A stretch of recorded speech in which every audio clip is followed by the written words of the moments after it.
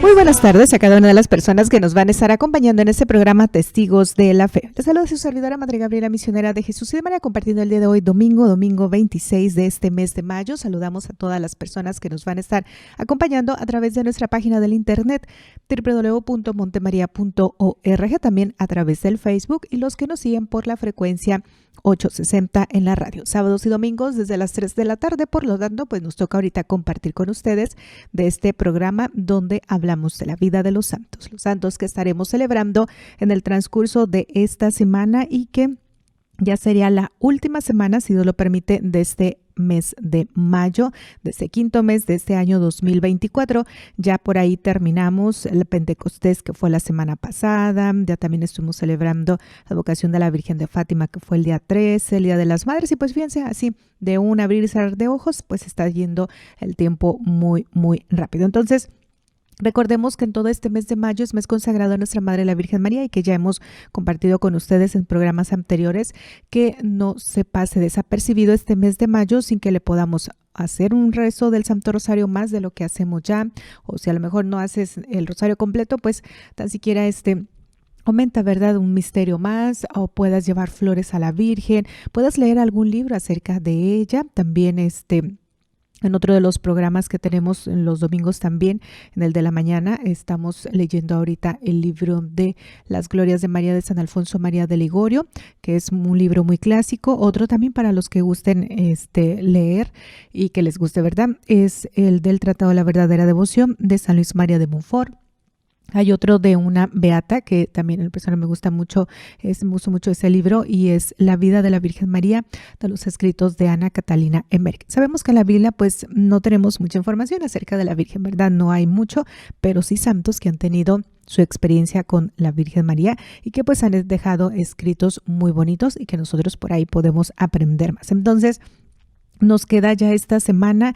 El día 31 es la visitación, pero también el día 31 es la coronación de Mamita María. Entonces, ojalá si puedes por ahí en tu casa llevarle flores en este mes, ¿verdad? Ya nos faltan unos cuantos días para terminar, pero que antes de que termine puedas llevarle flores a nuestra Madre la Virgen María, ya que el mes de mayo es mes consagrado a ella. Nos cubrimos con la sangre de nuestro Señor Jesucristo, en el nombre del Padre, del Hijo, del Espíritu Santo. Amén. Saludamos también a los que más tarde en noche en la repetición van a escuchar este programa, por ahí creo que por las 9 más o menos, pero también los saludamos.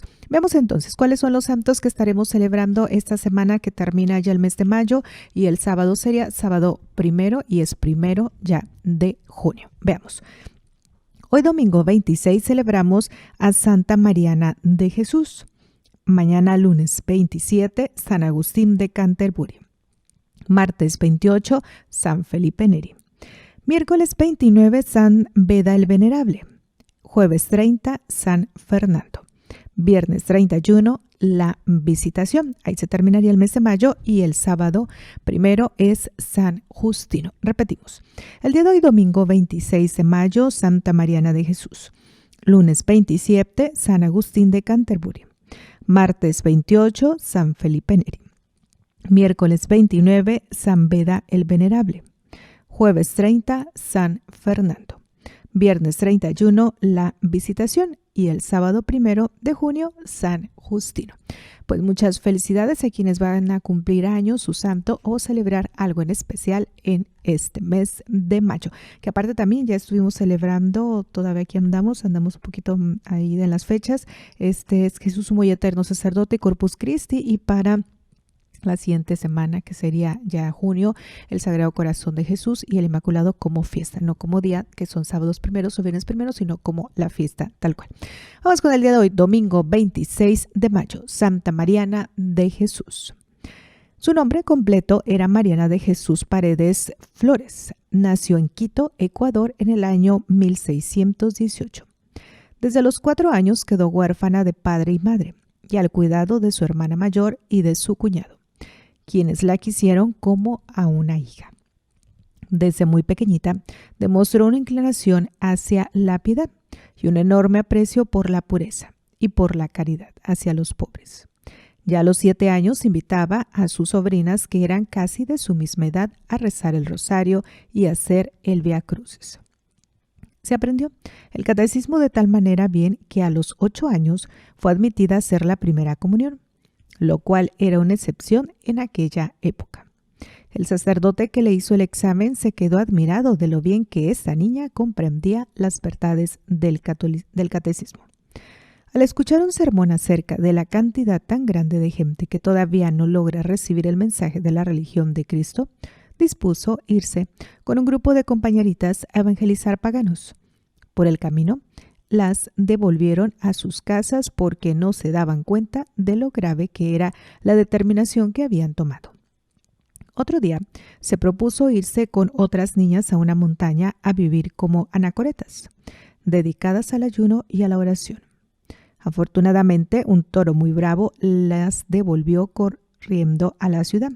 Entonces su cuñado, al darse cuenta de los grandes deseos de santidad y oración que esta niña tenía, trató de obtener que la recibieran en una comunidad religiosa.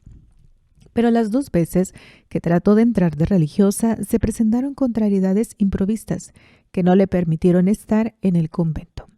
Entonces ella se dio cuenta de que Dios la quería santificar quedándose en el mundo. Se construyó en el solar de su casa, de la casa de su hermana, una habitación separada, y allí se dedicó a rezar, a meditar y a hacer penitencia. Había aprendido muy bien la música y tocaba hermosamente la guitarra y el piano. Había aprendido a coser y bordar, y todo esto le servía para no perder tiempo en la ociosidad. Tenía una armoniosa voz y sentía una gran afición por el canto. Y cada día se ejercitaba un poco en este arte. Le agradaba mucho entonar cantos religiosos que le ayudaban a meditar y a levantar su corazón a Dios. Su día lo repartía entre la oración, la meditación, la lectura de libros religiosos, la música, el canto y los trabajos manuales. Su meditación preferida era pensar en la pasión y muerte de Jesús. En el templo de los padres jesuitas se encontró un santo sacerdote que hizo de director espiritual y le enseñó el método de San Ignacio de Loyola, que consiste en examinarse 3 veces por día la conciencia. Por la mañana, para ver qué peligros habrá en el día y evitarlos, y qué obras buenas tendremos que hacer. El segundo examen, al mediodía, acerca del defecto dominante, aquella falta que más cometemos, para planear cómo no dejarse vencer por esa debilidad. Y el tercer examen por la noche, acerca de todo el día, analizando las palabras, los pensamientos, las obras y las omisiones de esas 12 horas. Estos 3 exámenes le fueron llevando a una gran exactitud en el cumplimiento de sus deberes de cada día. Para recordar frecuentemente que iba a morir y que tenía que rendir cuentas a Dios, se consiguió un ataúd y en él dormía varias noches cada semana. Y el tiempo restante lo tenía lleno de almohadas que semejaban un cadáver para recordar lo que le esperaba al final de la vida. Se propuso cumplir aquel mandato de Jesús: quien desea seguirme, que se niegue a sí mismo. Y desde muy niña empezó a mortificarse en la comida, en el beber y en el dormir. En el comedor colocaba un canasto debajo de la mesa. Se servía en cantidades iguales a todos los demás, pero, sin que se dieran cuenta, echaba buena parte de sus alimentos en el canasto y los regalaba después a los pobres. Uno de los sacrificios que más le hacía sufrir era no tomar ninguna bebida en los días de mucho calor, pero le animaba a esa mortificación el pensar en la sed que Jesús tuvo que sufrir en la cruz. Se colocaba en la cabeza una corona de espinas mientras rezaba el rosario. Muchísimo rosario, y lo rezó con los brazos en cruz. Como sacrificio, se propuso no salir de su casa sino al templo, y cuando alguna persona tuviera alguna urgente necesidad de su ayuda. Así que el resto de su vida estuvo recluida en su casa. Solamente la veían salir cada mañana a la Santa Misa y volver luego a vivir encerrada, dedicada a las lecturas espirituales, a la meditación, a la oración, el trabajo y ofrecer sacrificios por los pecadores. Se propuso llenar todos sus días de frecuentes actos de amor a Dios. Cada día rezaba 12 salmos de la Sagrada Biblia. Ayunaba frecuentemente. Mariana recibió el don de consejo y así sucedía, que los consejos que ella daba a las personas les hacían inmenso bien. También le dio a conocer nuestro Señor varios hechos que iban a suceder en el futuro, y así como ella los anunció, así sucedieron, incluyendo la fecha de su muerte, que según anunció sería un viernes 26. Tenía un don especial para poner paz entre los que peleaban y para lograr que ciertos pecadores dejaran su vida de pecado. A un sacerdote muy sabio pero muy vanidoso le dijo después de un brillantísimo sermón: «Mire, padre, que Dios lo envió a recoger almas para el cielo y no a recoger aplausos de este suelo». Y el padrecito dejó de buscar la estimación al predicar. En una enfermedad le hicieron una cirugía y la muchacha de servicio echó en una matera la sangre que le habían sacado a Mariana, y en esa matera nació una bellísima azucena. Con esa flor la pintan a ella en los cuadros, y azucena de pureza fue esta santa durante toda su vida. Sucedieron en Quito unos terribles terremotos que destruían casas y ocasionaban muchas muertes. Un padre jesuita dijo en un sermón: «Dios mío, yo te ofrezco mi vida para que se acaben los terremotos». Pero Mariana exclamó: «No, Señor, la vida de este sacerdote es necesaria para salvar muchas almas. En cambio, yo no soy necesaria. Te ofrezco mi vida para que cesen estos terremotos». La gente se admiró de esto y aquella misma mañana, al salir del templo, ella empezó a sentirse muy enferma. Pero desde esa mañana ya no se repitieron los terremotos. Una terrible epidemia estaba causando la muerte de centenares de personas en Quito. Mariana ofreció su vida y todos sus dolores para que cesara la epidemia. Y desde el día en que hizo ese ofrecimiento, ya no murió más gente de ese mal allí. Por eso, el Congreso de Ecuador le dio en el año 1946 el título de Heroína de la Patria. Acompañada por 3 padres jesuitas, murió santamente el viernes 26 de mayo del año 1645. Desde entonces, los quiteños le han tenido una gran admiración. Su entierro fue una inmensa ovación de toda la ciudad, y los continuos milagros que hizo después de su muerte obtuvieron que el Papa Pío IX la declarara beata y el Papa Pío XII la declarara santa. Santa Mariana, no dejes nunca de orar por América. Amén. Pues hoy la estamos celebrando domingo 26 de mayo. Vamos con el día de mañana, lunes 27, San Agustín de Canterbury. Veamos. San Agustín de Canterbury es considerado uno de los más grandes evangelizadores al lado de San Patricio en Irlanda y San Bonifacio en Alemania. Tiene el gran mérito de haber dirigido la evangelización en Inglaterra. Era superior del convento benedictino de Roma, cuando al sumo pontífice San Gregorio Magno se le ocurrió en el año 596 tratar de evangelizar a la isla de Inglaterra, que era pagana. Conociendo el espíritu generoso y emprendedor de Agustín, que no se acobardaba ante ninguna dificultad, y además que sus grandes virtudes, el Papa lo envió con 39 monjes más a tratar de convertir a esos paganos sajones. Y sucedió que al llegar Agustín y sus 39 compañeros a la costa, donde se tomaba la embarcación para llegar a Inglaterra, allí les contaron terribles barbaridades acerca de los habitantes de la isla, y los otros misioneros sintieron mucho miedo y enviaron al santo a que fuera a Roma, a contarle al pontífice lo peligroso que esto iba a emprender. Agustín fue a hablar con el Papa, pero San Gregorio lo animó de tal manera, recordándole que Dios le concedía la buena voluntad de aquellas gentes. Desde entonces Agustín no se dejó desanimar por los temores. En Inglaterra mandaba el rey Telberto, que tenía una esposa muy santa, que después se llamó Santa Berta. Y el primer regalo que Dios le concedió a los nuevos misioneros fue darles la buena voluntad del rey. Este los recibió muy cariñosamente y les pidió que le enseñaran la religión. Y tanto le agradó que pronto se hizo bautizar y les regaló su palacio real para que les sirviera de convento a los misioneros. Y les dio un templo en Canterbury para que allí enseñaran. Y en ese sitio está ahora la más famosa catedral de Inglaterra, la Catedral de Canterbury. El rey dejó en libertad a los súbditos para que escogieran la religión que quisieran, pero les encomendó que se instruyeran en la religión de Jesucristo, y tanto les agradó a aquella gente las enseñanzas de Agustín y sus monjes que en la Navidad del año 597 se hicieron bautizar 10.000 ingleses. y entre los nuevos bautizados estaban los que ocupan los cargos más importantes de la nación. Agustín envió a 2 de sus mejores monjes a Roma a contarle al sumo pontífice tan hermosas noticias, y el papa, en cambio, le envió el nombramiento de arzobispo y otro buen grupo de misioneros, cálices y libros para las celebraciones, y muchas imágenes religiosas que a esa gente recién convertida les agradaba en extremo. San Gregorio se alegró muchísimo ante noticias tan consoladoras y le recomendó a San Agustín un simpático plan de trabajo. San Gregorio, sabiendo que la principal virtud del obispo Agustín era la docilidad a los superiores, le envió las siguientes recomendaciones. 1. No destruir los templos de los paganos, sino convertirlos en templos cristianos. 2.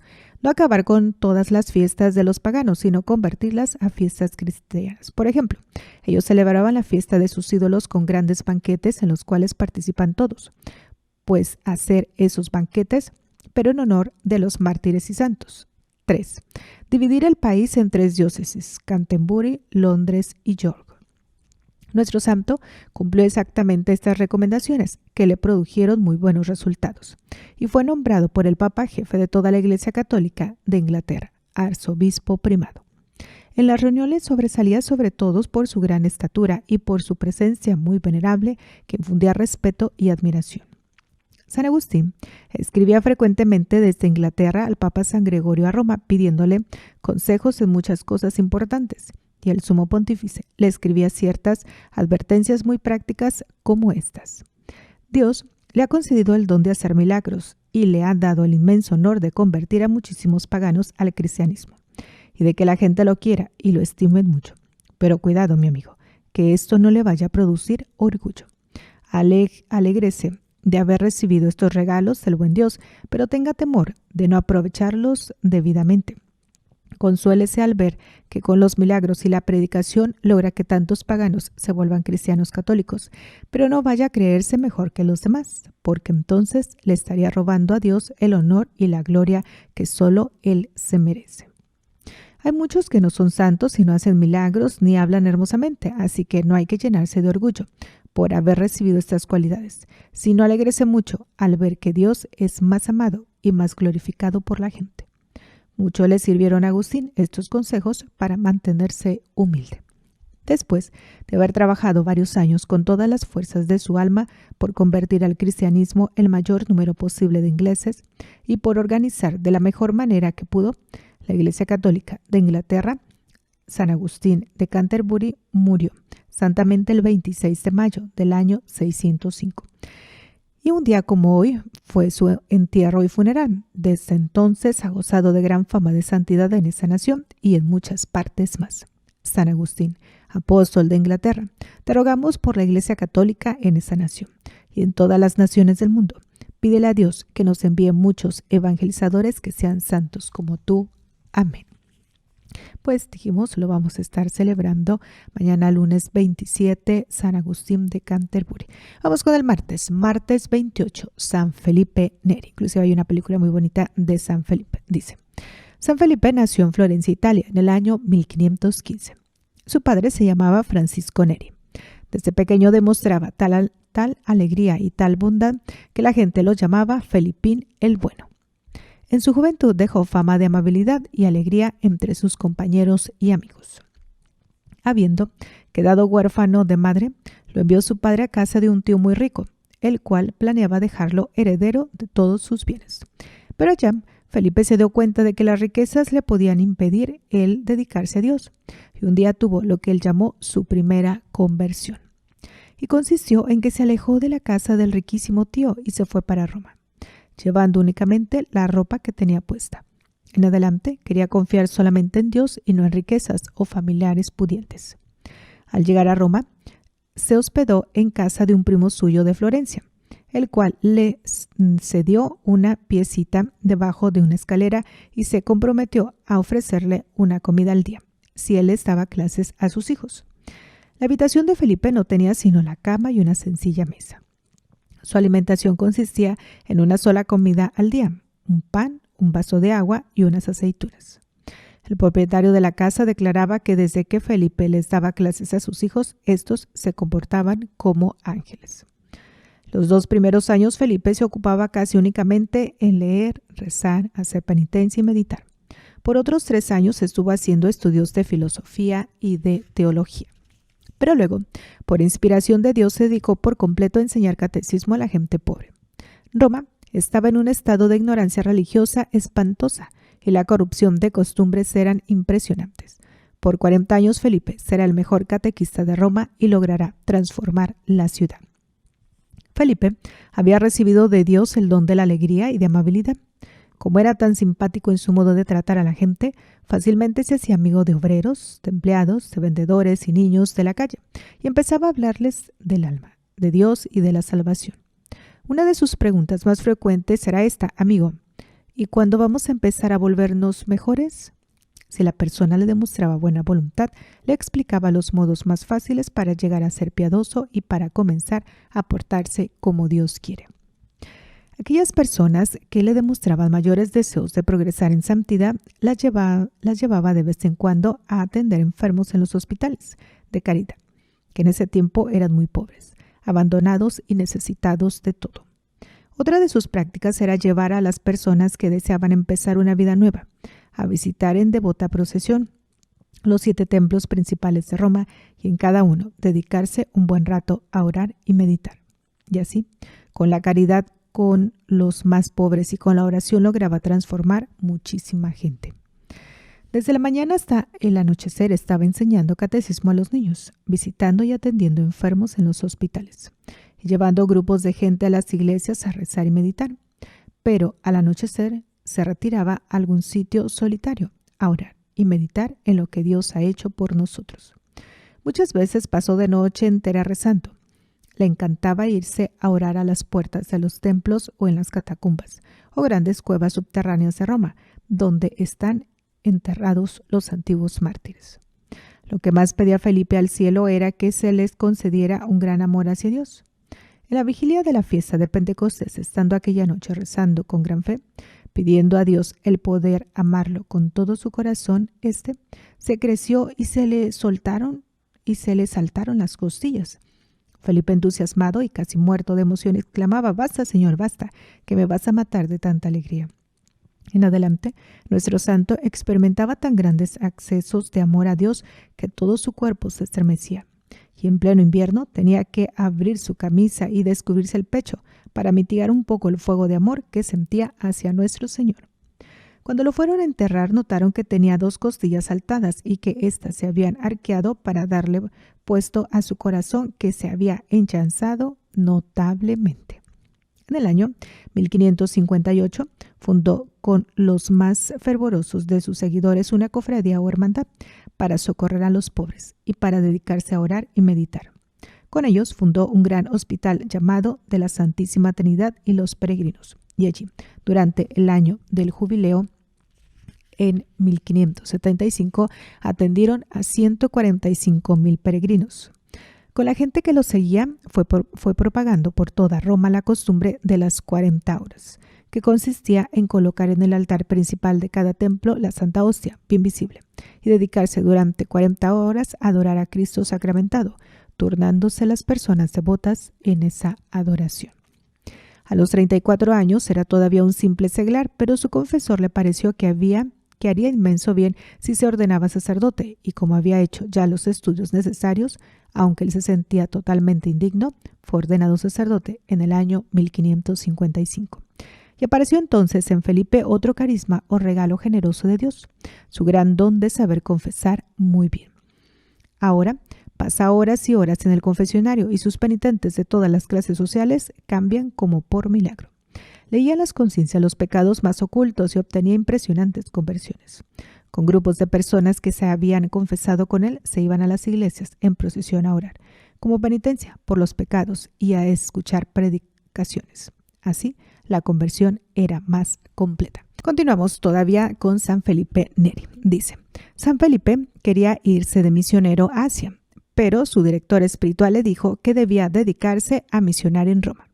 Entonces se reunió con un grupo de sacerdotes y formó una asociación llamada el Oratorio. porque hacían sonar una campanada para llamar a la gente a que llegara a orar.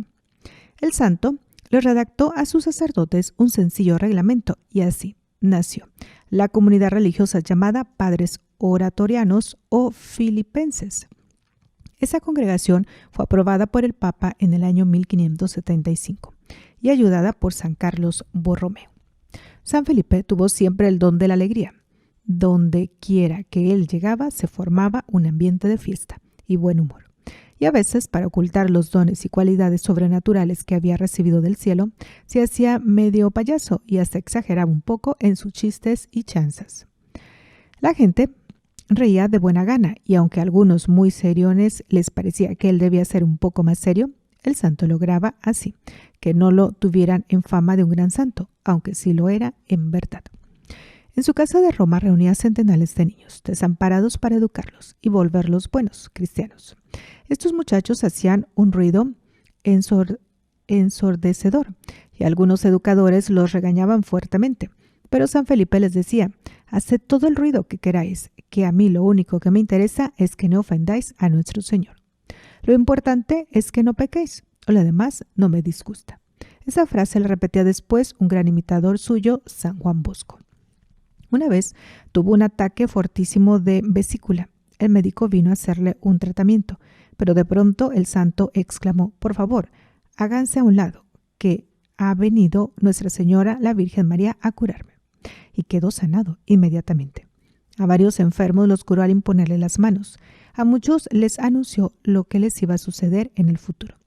En la oración le venían los éxtasis y se quedaba sin darse cuenta de lo que sucedía a su alrededor. Muchas personas vieron que su rostro se llenaba de luces y resplandores mientras rezaba o mientras celebraba la Santa Misa.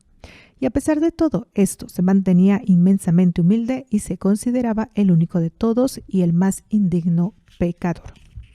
Los 2 últimos años los dedicó a dar dirección espiritual.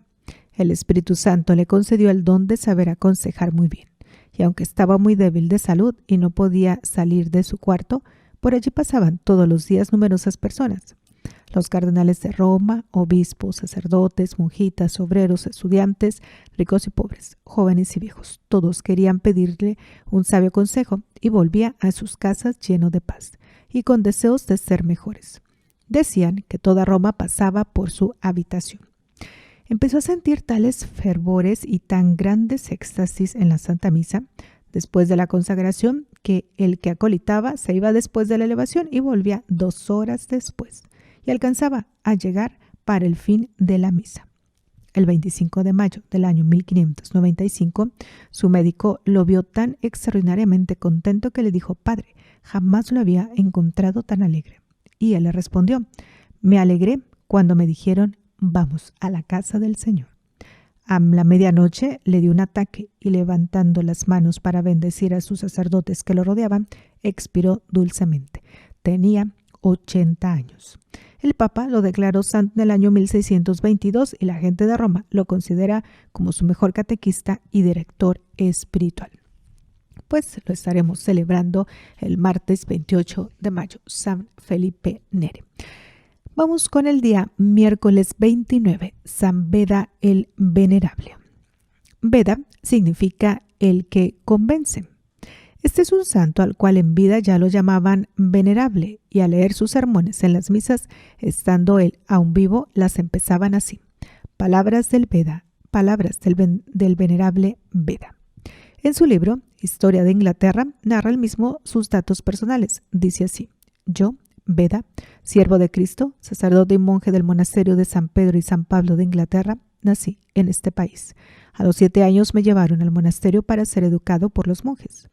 Desde entonces he pasado toda mi vida en el monasterio y me he dedicado sobre todo al estudio de las Santas Escrituras, además de rezar y cantar en la iglesia. Mi mayor alegría ha sido dedicarme a aprender, a enseñar y a escribir.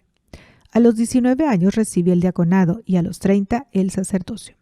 Todos los tiempos libres los he dedicado a buscar explicaciones de la Sagrada Escritura, especialmente sacadas de los escritos de los Santos Padres. Era tal estimación que la Iglesia antigua sentía por los escritos de San Beda que el concilio o reunión de obispos de Aquisgrán lo mandó ya en el año 836 con el título de venerable. Este santo es el único inglés que ha sido nombrado doctor de la Iglesia. El título de doctor de la Iglesia se lo dio el Papa León XIII en el año 1899. San Beda escribió más de 60 libros. En él se cumplió el principio psicológico que dice: quien se dedica a una sola actividad y con toda su alma puede llegar a obtener admirables triunfos. Él se dedicó a la actividad de escritor y su sabiduría fue admirada no solo en Inglaterra, sino en toda Europa. San Bonifacio, el gran apóstol de Alemania, escribía a los monjes de Inglaterra: por favor, me envían algunos libros del venerable Beda, porque este hombre ha sido como un cirio que el Señor encendió para iluminar la Iglesia. A San Beda se le presentaron muchos caminos para seguir, pero él siguió uno solo, el de escritor, y no se dejó llevar por la tentación de dedicarse a muchas cosas al tiempo, porque entonces no habría triunfado en ninguna. Otras actividades le atraían también, pero él consideraba que Dios lo había elegido para ser escritor, y a eso se dedicó con todo su tiempo y con todas sus fuerzas. Pasaba horas y horas, días y meses, investigando acerca de las Sagradas Escrituras, para poder redactar luego sus escritos. Él cumplía lo que recomendará más tarde Santo Domingo: primero contemplar y meditar, para después poder comunicar a los demás los conocimientos que se han adquirido. Su amor a la Virgen era muy grande, y por eso compuso meditaciones tan sabias que la Iglesia Católica las puso en el libro de las oraciones de los sacerdotes. San Beda se daba cuenta de que en un sermón lo oyen unas cuantas personas, pero un libro lo pueden leer miles de lectores en muchos siglos. Por eso escribía y escribía sin cansarse, y se preocupaba porque en sus escritos hubiera arte, de manera que se sintiera el agrado de leerlos. Le daba gracias a Dios por haberle permitido una vida de soledad y de retiro, porque sin soledad y sin vida retirada es imposible tener un tiempo para meditar y redactar debidamente.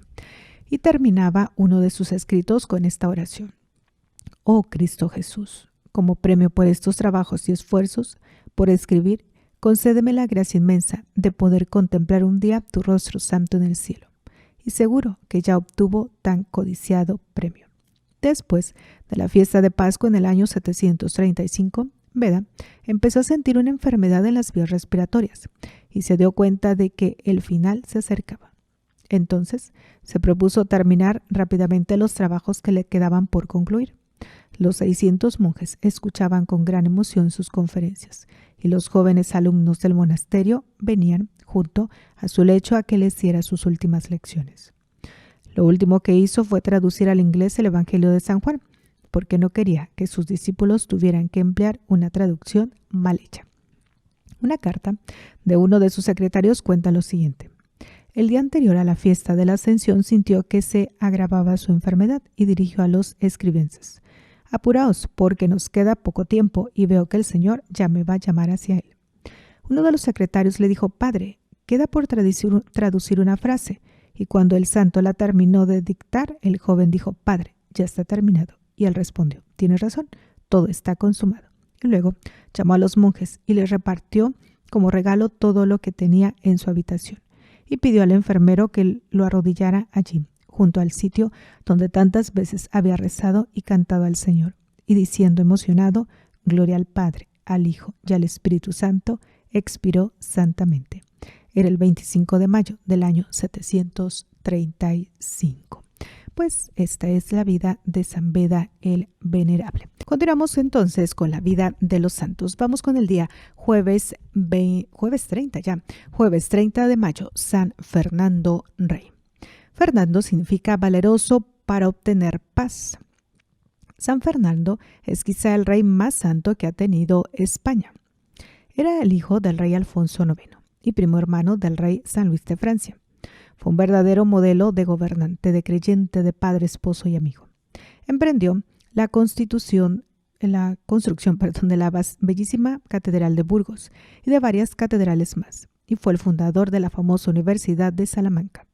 San Fernando protegió mucho a las comunidades religiosas y se esforzó porque los soldados de su ejército fueran instruidos, lo mejor posible en la religión católica. Instauró el castellano como idioma oficial de la nación y se esmeró porque su corte se le diera gran importancia a la música y al buen hablar literario. Su hijo, el rey Alfonso, el sabio, será un gran literato y declarará que su saber se lo debe en gran parte al interés que su padre tenía porque su instrucción fuera lo mejor posible. El rey Fernando se rodeó de 12 varones sabios para que lo aconsejaran en todo, y uno de ellos fue el arzobispo de Toledo, el cual nombró gobernador de Castilla. Era un hombre de palabra y cumplía lo prometido, aunque le costara muchos sacrificios. Sus mismos adversarios sabían que él cumplía siempre los pactos que hacía. Las guerras que hizo tuvieron por fin librar a España de la esclavitud de la que la tenían los moros, y él lograr propagar la religión católica por todo el territorio de la patria.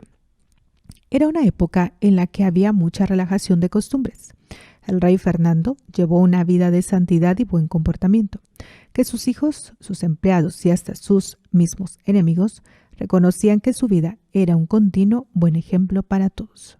Por eso, cuando se supo la noticia de su muerte, se veía la multitud llorando por las calles, y hasta los mismos guerreros se les sentía sollozar de pensar.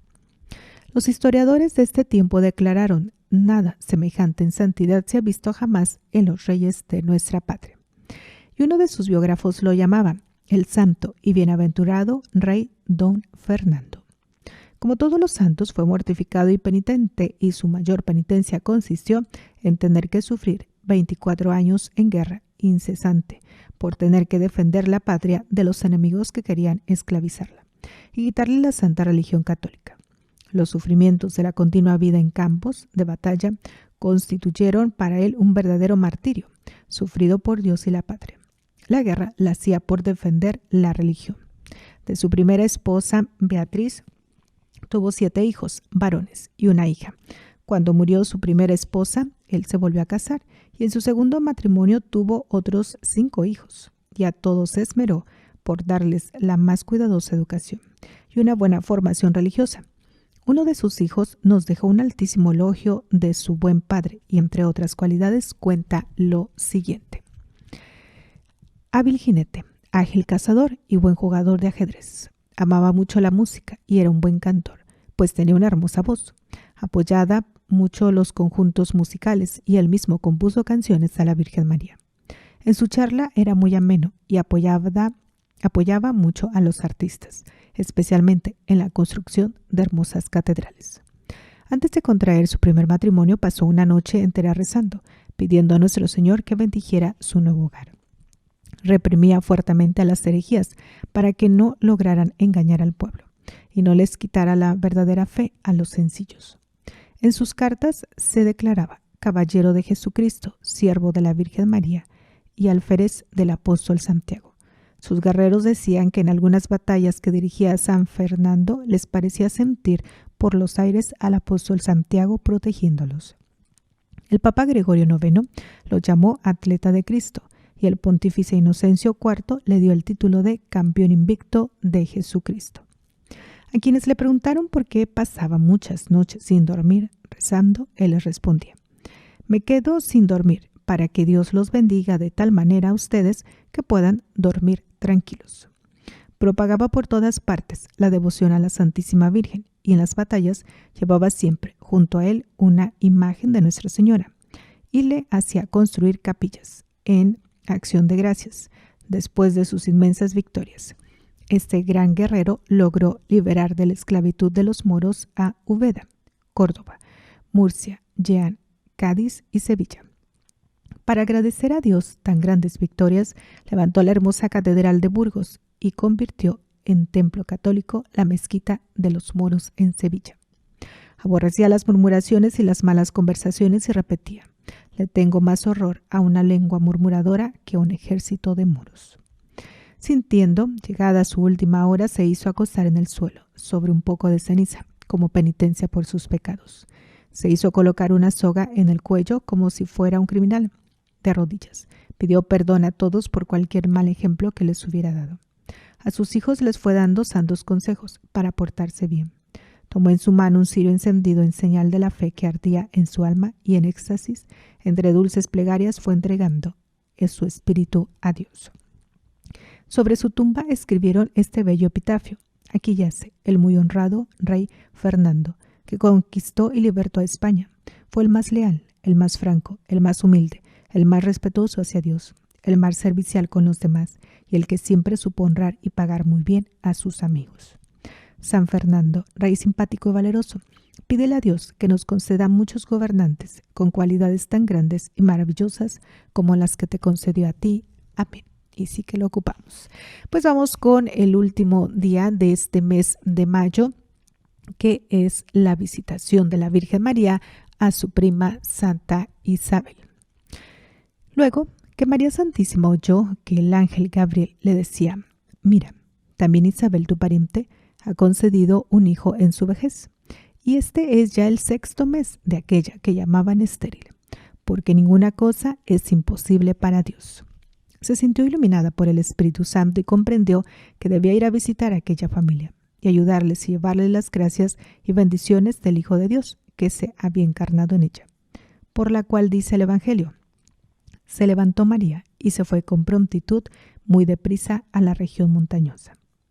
Abandonando la quietud de la contemplación a la que se dedicaba tranquilamente en su casita de Nazaret, dejando la paz de su hogar, se fue prontamente a ayudar en la casa de Isabel, porque, como dice el libro santo, la caridad es servicial, no busca solo su propio interés y lo soporta todo. María fue con prontitud porque siempre va deprisa cuando se trata de ayudar a los que la necesitan. San Ambrosio anota que fue María la que se adelantó a saludarle de primera. Es ella la que siempre se adelanta a dar demostraciones de cariño a quienes ama. Esta visita se diferencia de las visitas mundanas en que aquellas se reducen a ceremonias, cortesías y vanas demostraciones de respeto y de estimación. En cambio, la visita de María llenó de bendición la casa de Zacarías, Isabel y Juan. Tan pronto oyó Isabel el saludo de María, saltó de gozo el niño en su vientre, e Isabel quedó llena del Espíritu Santo. Es decir, que el niño Juan recibió una inmensa alegría al sentirse bendecido por la presencia y cercanía del Redentor, que venía en el vientre santísimo de María, y la madre Isabel tuvo la dicha de sentirse llena del Espíritu Santo. 2 favores muy grandes: santa alegría y Espíritu Santo. Y exclamó Isabel en alta voz: bendita tú entre las mujeres, y bendito el fruto de tu vientre. ¿De dónde a mí, que la madre de mi Señor venga a visitarme? Apenas llegó a mis oídos la voz de tu saludo, saltó de gozo el niño en mi vientre. Isabel le dijo aquel día a María lo que todos los días le decimos ahora a nosotros en nuestra oración: bendita tú entre todas las mujeres, y bendito es el fruto de tu vientre, Jesús. Y en aquel momento, al ser llena del Espíritu Santo, Isabel recibe el don de profecía y le anuncia a la Madre de Dios algo muy hermoso que le va a suceder. Dichosa tú, porque has creído, porque se cumplirán en ti todas las cosas que te ha dicho el Señor. Por medio de la visita de María llevó Jesús a aquel hombre muchos favores y gracias: el Espíritu Santo, Isabel, la alegría de Juan, el don de profecía, etc. Son los primeros favores que conocemos que haya hecho en la tierra el Hijo de Dios encarnado. San Bernardo dice que desde entonces María quedó constituida en canal inmenso, por medio del cual la bondad de Dios envía hacia nosotros las cantidades más admirables de gracias, favores y bendiciones. En la Santa Biblia, los que reciben mensaje de Dios se dedican a ayudar a los demás. María recibió el mensaje más importante que Dios haya enviado a la tierra, el de la encarnación del Redentor en el mundo, y enseguida se fue a prestar servicios humildes a su prima Isabel. No fue como reina y señora, sino como sirvienta, cocinera, mandadera, niñera y cuidadera de la casa. En ella sí que se cumplirá aquel anuncio de Jesús: quien se humilla será enaltecido. María, en la visitación, es servidora de la caridad a domicilio, Nuestra Señora de los servicios domésticos, Nuestra Señora del delantar puesto, Nuestra Señora de la cocina, de la escoba, Nuestra Señora que no vino a ser servida, sino a servir a los necesitados, y en esa casa ajena. lo que nos enseña la actitud de dedicarse a prestar servicios sencillos a los demás, porque esa es la actitud de Jesús y de sus mejores discípulos. ¿Quién estará en este tiempo necesitado de que le prestemos algún servicio humilde como los de María a Isabel? ¿Nos dedicaremos a ayudar un poco más? Este fue el primero de los numerosos viajes de María a ayudar a los demás. Hasta el final de la vida en el mundo, ella estará siempre viajando para prestar auxilio a quienes lo estén necesitando. Esta fue la primera marcha misionera de María. Ella fue a llevar a Jesús a que bendijera a otros, y esto lo sigue haciendo cada día y a cada hora. Dichosa tú porque has creído. Esta frase de Isabel a María fue siempre la preferida del Papa Juan Pablo II, tan devoto de la Virgen. Él siempre la repetía cuando hablaba de Nuestra Señora, y ojalá se pueda decir lo mismo de cada uno de nosotros. Si creemos, seremos en realidad dichosos en esta vida y en la eternidad. Jesús empleó a su madre para santificar a Juan Bautista, y ahora la sigue empleando para santificarnos a cada uno de nosotros que somos sus devotos. ¿Podremos también en una visita nuestra santificar a alguna persona? Tratemos de hacerlo como María. María habló movida por el Espíritu Santo. Su hermoso himno proclama mi alma al Señor. El Señor hizo en mí maravillas. Gloria al Señor. Fue compuesto bajo la inspiración del Espíritu Santo. Digamos de vez en cuando tan bella oración. María entona un canto en acción de gracias. Lo habrá compuesto durante los 3 días de camino en esas largas y poéticas horas de soledad y de paisajes. Ella ha recibido al Espíritu Santo. Lleva en su vientre al Hijo de Dios. Además, tiene buena inteligencia y ha escuchado y aprendido en las reuniones religiosas de los sábados muchas frases de la Santa Biblia. Tiene fuerte emoción, tiene inspiración, así que un hermoso cántico brota espontáneo y resulta un himno maravilloso e inmortal. Bendita tú entre las mujeres. María ha sido la mujer más bendecida por Dios. Algunos tienen miedo de alabar y bendecir a aquella a quien Dios bendijo tan inmensamente. Si Dios la bendijo, ¿por qué no bendecirla y felicitarla a nosotros? ¿Es que sabemos más que Dios? Segunda, bendito el fruto de tu vientre. De tal palo, tal astilla. Si Jesús es tan maravillosamente santo, ¿cómo será su santa madre? Tercera, bendita tú que has creído. Madre de Nuestra Señora Fe, enséñanos a creer cada vez más y más. Amén. Pues así terminamos lo que vendría siendo el mes de mayo con la visitación o coronación de la Virgen María. Ya nada más nos faltaba el día sábado, que era primero, y es San Justino, pero ya se nos terminó aquí el tiempo. Entonces todavía nos quedan unos cuantos días para seguir celebrando a nuestra Madre, la Virgen María, en este mes de mayo, mes consagrado a ella. Continuamos con la programación de Montemaría Radio y Televisión, recordándoles este mensaje: Dios es amor y te ama.